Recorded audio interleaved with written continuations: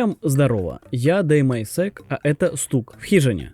Можно я начну сразу с завязки? Значит, Дэйв Батиста, Руперт Гринт и две женщины кошмарят двух геев, у которых маленькая азиатская дочка. И это все снял Шьямалан. Все это великолепный и сконцентрированный испанский стыд. Это рубрика «Смотреть, не смотреть». И давайте сразу. Я бы советовал вам потратить время на другое полезное занятие.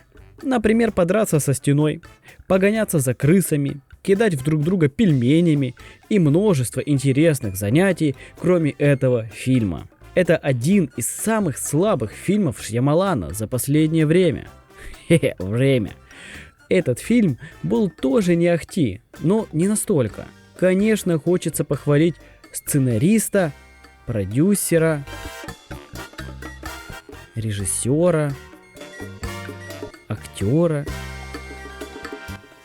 В общем, за то, что он экспериментирует с концепциями. Но по факту все. Потому что мало иметь прикольную идею, нужно ее интересно воплотить. А здесь мы имеем 4 человек, которые вломились к семье и требуют от них по факту жертвоприношения. Аргументирую это тем, что наступит некое ужасное событие. И если они не сделают то, что они хотят, то это событие случится. Нам кидают разные версии, шарлатаны они или нет, действительно ли произойдет то событие.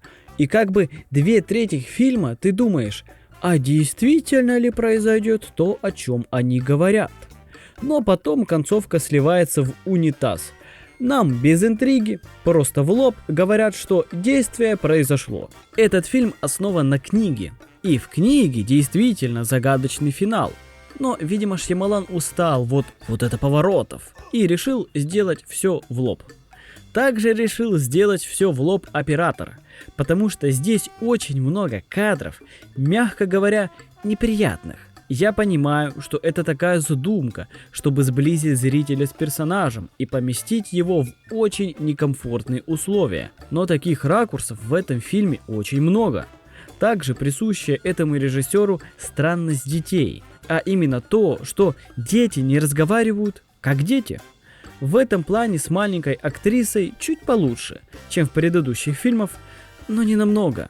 Да и сами диалоги просто шедевральные. Давайте я вам вставлю один целиком. Сочувствие и терпимость. Решили это обсудить, связав гомосексуалов?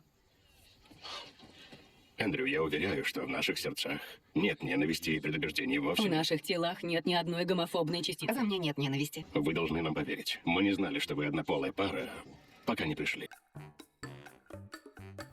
То ли это такой троллинг от режиссера, то ли они действительно на полном серьезе впихнули это.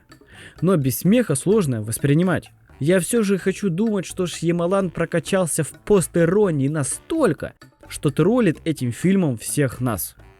Еще проблема заключается в том, что он сильно затянут. При условии того, что он идет чуть больше 1,5 часов, я бы с удовольствием выкинул 40 минут, потому что предыстория этих двух голубков неинтересная. У меня нет каких-либо предрассудков или боязни по поводу Dungeon Master'ов. Ну, во-первых, их предыстория ни к чему не ведет. И во-вторых, они просто скучные. Нам показывают, что их угнетали, их не понимали, их не принимали. И все в этом роде. Да, таким путем чуть получше раскрываются их характеры. Но не более. Для общего сюжета это не играет особой роли.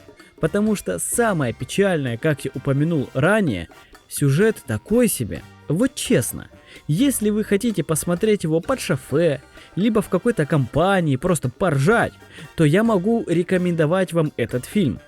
Но мне сложно представить людей, которые будут смотреть этот фильм на серьезных щах. Сама концепция интересная, но она в общем-то простая.